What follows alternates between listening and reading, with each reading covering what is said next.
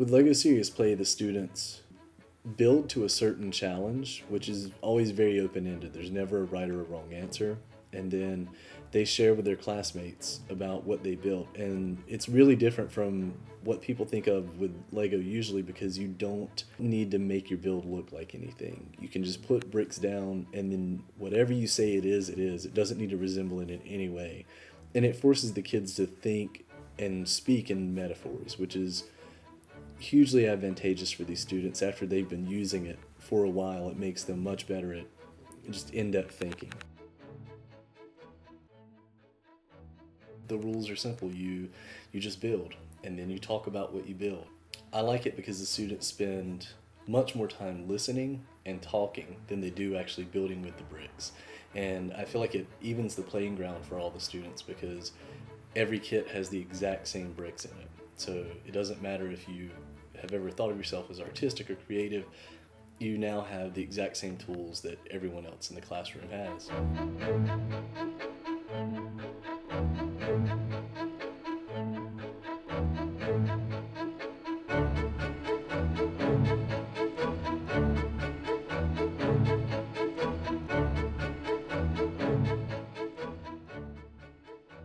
I had heard a lot about how multicultural Monterrey was as a city and how cosmopolitan it was, and there were definitely places where in the city where it felt just like kind of like Raleigh or any other American city. And the time we were there, it was pretty amazing all that we were able to experience in just the first week.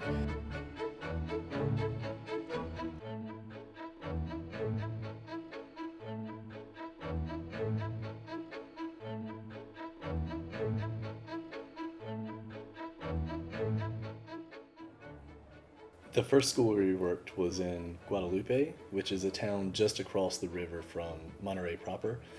The landmark most commonly associated with Monterrey is El Cerro de la Silla, and it translates to Saddle Hill.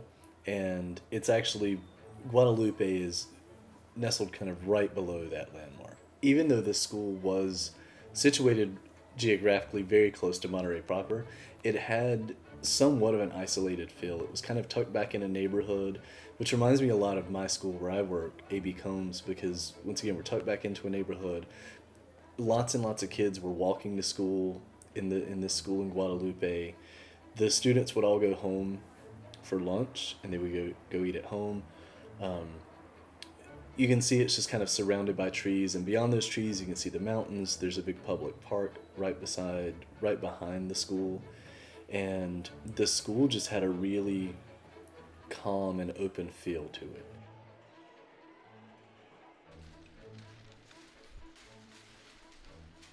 One thing that struck me was how these students were very much in tune with problems in their community that were different from the students farther north of Monterey.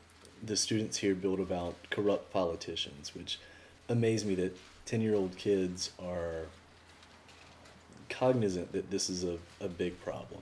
These students talked a lot about traffic problems in Monterey, air pollution.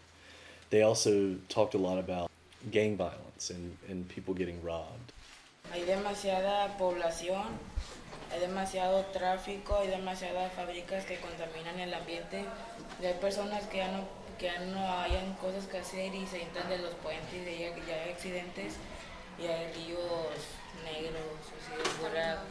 Que hay muchos carros y de tantos carros que hay personas que se mueren por los choques. También hay políticos corruptos que lo único que quieren son el dinero de nosotros, y por eso las personas se manifiestan, y por eso también hay muertes, por la violencia que hay. Que de ahí se supone que encierran, y pues el único problema que hay de esto es que los dejan salir. ¿Por qué? Porque se supone que aprenden el ejército. Hay policías. ¿Sí? Bueno, aquí para vigilar que no entre los que roban. Aquí que había fábricas hicieron un área natural para aquellos que vienen de tour.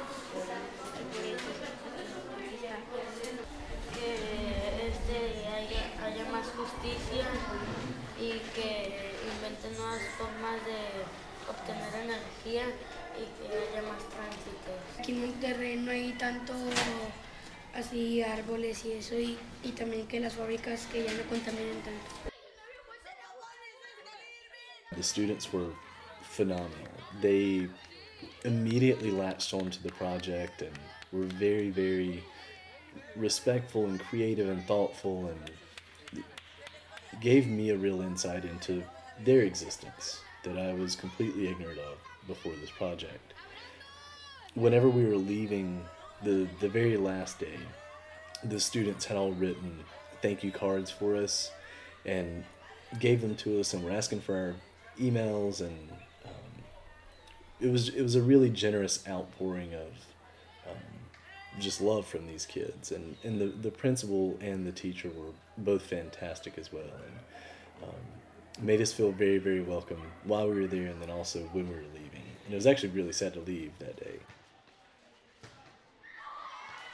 The school where we worked in Ciénaga de Flores was about 45 minutes to an hour north of Monterrey, and once you were outside of the Monterrey city limits, it felt like driving through an old western. It was legitimate desert with cacti and just really brushy shrubs, and it felt completely different from the city of Monterrey and then the town of Guadalupe where the other school was who were working on this project. So it was amazing to see every day 3 vastly different environments all within an hour of each other.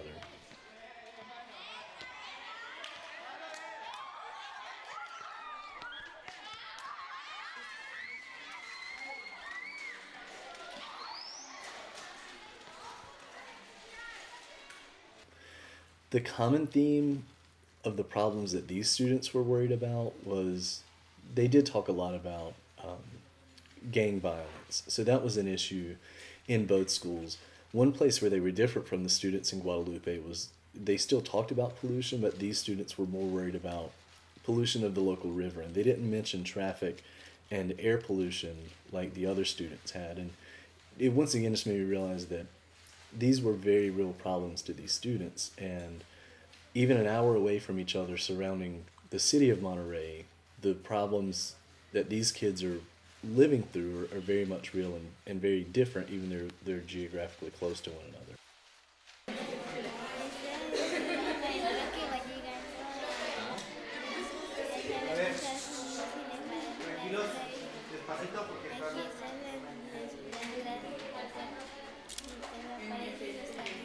Aquí un señor estaba soltando a la monita, a la señora, pero llegó un policía y le quitó la pistola. Y aquí había mucho tráfico y pusieron un semáforo. Y aquí está un niño recogiendo la basura del río. Es un río contaminado. Esta es toda la basura, la están recogiendo. El río ya le crecieron flores, son casas las de acá. Aquí es para tirar la basura y aquí es un puente. Y aquí estaba un señor asaltando y llegó un policía y lo arrestó. El mío es, haz de cuenta, una patrulla atrapando a un ladrón y lo atrapó con la red. Y aquí está la pistola. The very last day that we were in Ciénaga de Flores, we did a build with the students, and then we asked Edgar if we could just play a game of soccer, because every day when we would get there, the kids would be having recess, and we only had about an hour a day in these classes, and we felt like we had connected with these students through the project and through Lego Serious Play, but we also wanted to have at least a little bit of time where we could just have fun with these kids and connect with them more as people as opposed to teacher and student.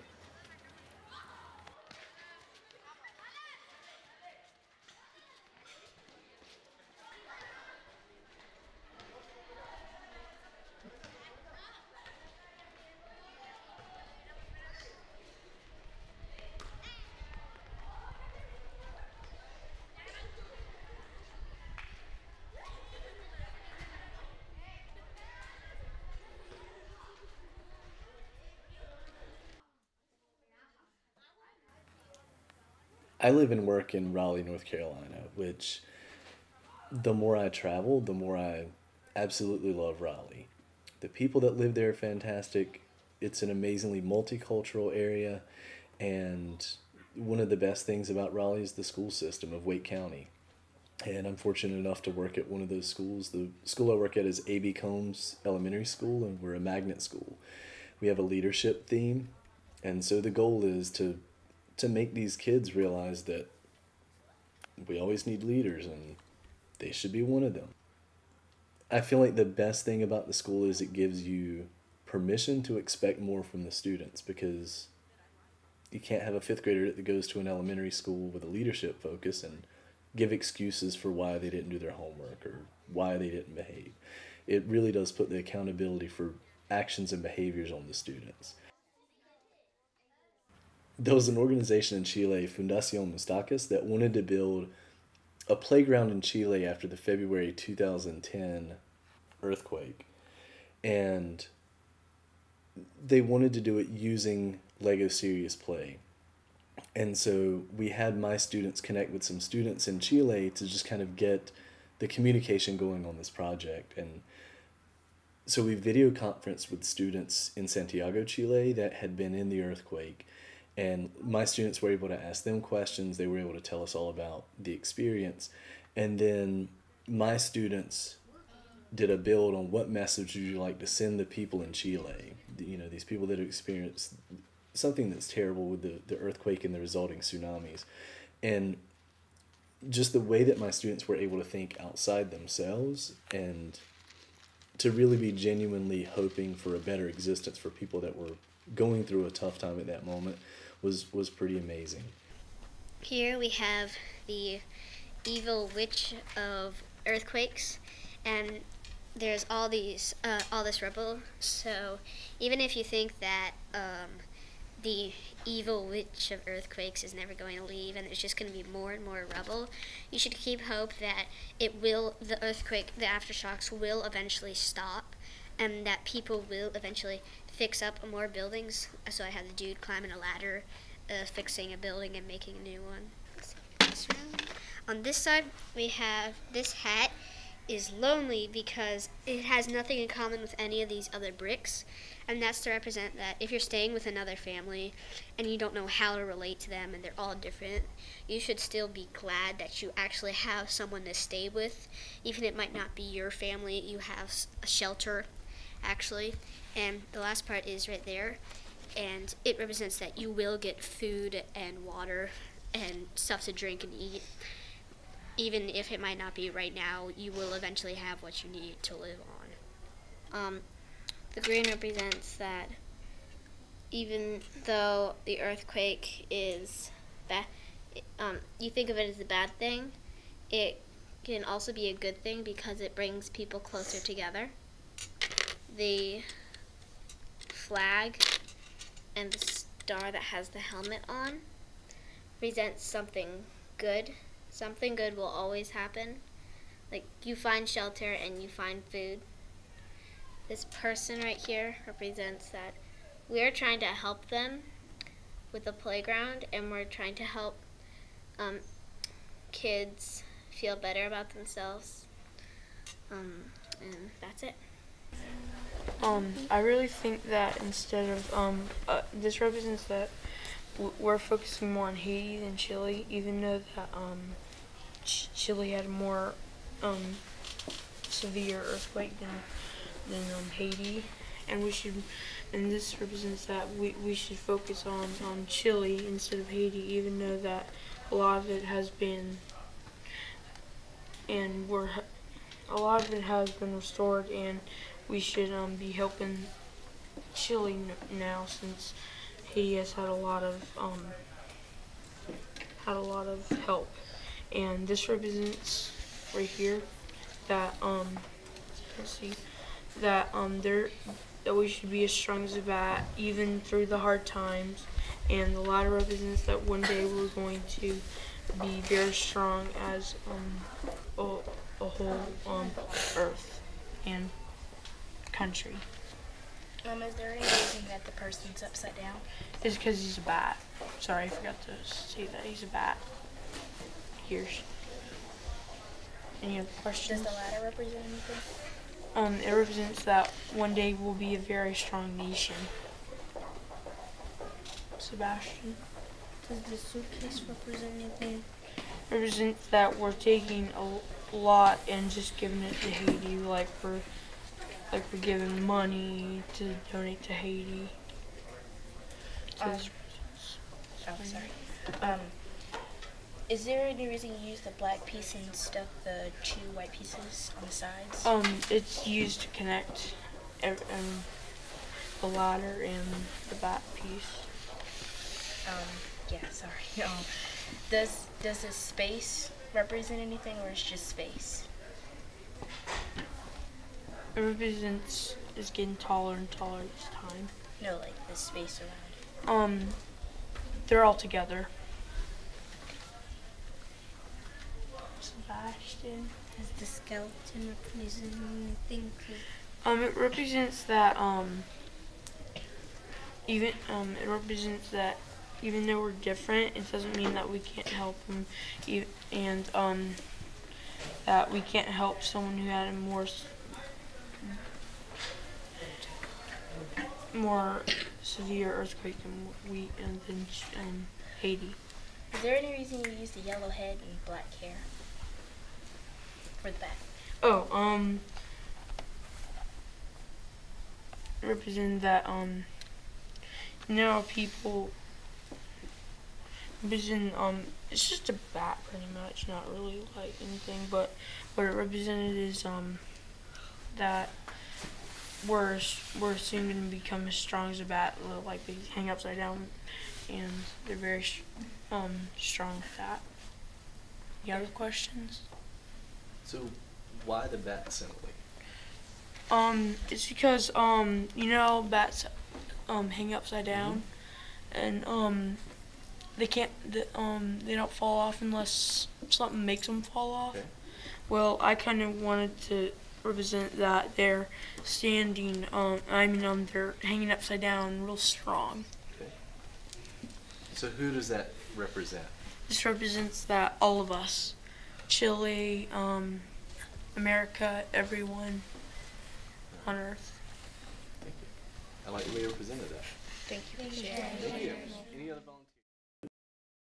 So we wanted to see what kind of dialogue it would open up between my students and their parents. And so we had quite a few students whose families agreed to sit down with us and do Lego builds. And so we would go, at night after class, we would go to their home, and they welcomed us in, and we would sit down with them, and we would give them various builds, but the main idea of the builds being to have these students talk about with their parents what their goals in life were, and for the parents to talk about what their goals for their children were. And so we would scaffold the builds, and then the last build would be kind of twofold. The student would be building what was it they wanted from life by the time they were their parents' age, and the parents would be building what do you want for your child by the time they're your age. And it was pretty amazing what the kids and parents were able to say to each other. The most important thing, I think, in life are family, using your imagination. That's why I put an airplane with someone on it. Getting exercise and playing with friends. Mine's pretty much on the same line as David's. Mm-hmm. Family, home, and just family and home. Yeah. To me would be and of course I have the family with Susie, myself, and David and his brothers, and the house, and here's Biscuit and Deacon, our 2 dogs. Forgot Kitty, but that's the dog house right there. And just a tree, Mm-hmm. And it's our yard.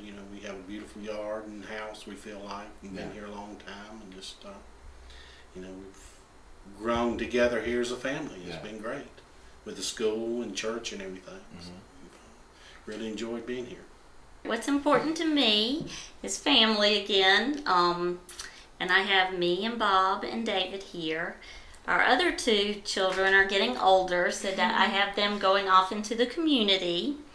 The other thing that's important is our church, And I think Raleigh's a beautiful place, so I have trees and flowers because I think it is a nice community and it has lots of trees and things around which are important to us.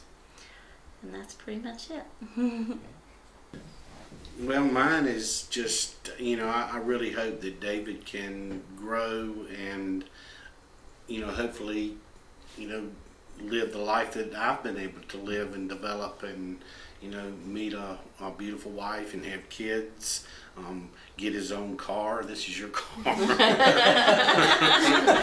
to, build a little bit on it and get a boat of your own, be able to fish like me and you do. And this is your kids right here on your boat right there. And, having your own house and yard and dogs and everything. So, just something simple as that. Just, being able to live a good life and, that's about it. All right, well, I hope that this is David and his family, and they still have a nice house. This represents, I hope that David over the years will soar and reach all the heights that he wants to reach with his career, his schooling, and just be able to go and do the things that you want to be able to do. There's a little bridge here so that you know that you're always welcome. This is me and Dad, and we're going to still be hopefully in the community that you live in or not too far.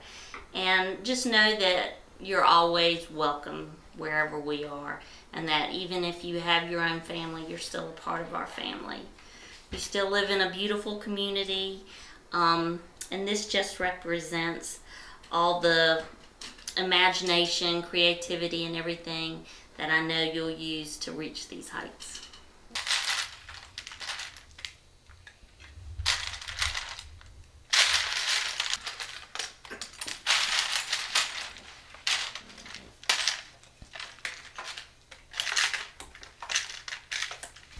What I think is important to me is family and reading, school, and after school activities. So this is me doing Taekwondo on some guy. And then this is my family, and we're just all standing together. And then this is me reading. And this is me sitting at my desk at school and paying attention. These are the three children in order of their age. And I hope that as they make their way towards the future that they learn from each other. So the youngest learns from the oldest and so on. And that as they make their way towards the future, this is kind of like a merry-go-round, just that they have fun and that they're, they may have a car, so be safe, wear a helmet, wear your seatbelt, that kind of thing. There are going to be some obstacles. I didn't get to finish this, but they may have to overcome some obstacles as they make their way to the future, which is still kind of a globe, as they climb the ladder, and hopefully they'll be successful. What does the green flag on top of the globe represent? Like when you, like at sporting events or the Olympics, there's always some kind of like symbol or a flag at the end that you try to reach, and once you get there, you've made your goal. Is there any reason we're all lined up? You're lined up by age. For what reason? Because you're going to be the first one who's going to face some of those challenges, and then Kayla, and then Malcolm. And maybe some of you will open some doors for others, like you might figure out how to get past this obstacle and leave it open, so make it easier for Kayla to get to the future. It's been great to be able to explore the different communities and to realize how even the ones that were geographically close, like Cienega de Flores and Guadalupe, were both very different. And then on the same note, the communities in Raleigh and in Mexico were very similar as far as the students in both places were very concerned about the environment. So this is something that it's a big issue for 10-year-olds no matter where they are. Most kids at that age cannot express these types of thoughts in their writing, and most of them can't do it in conversation. But there's something about the LEGO Serious Play process where their thoughts are already in the bricks, and all they have to do is just read those bricks to you, basically. I feel like it opens up a whole different avenue of communication for these kids.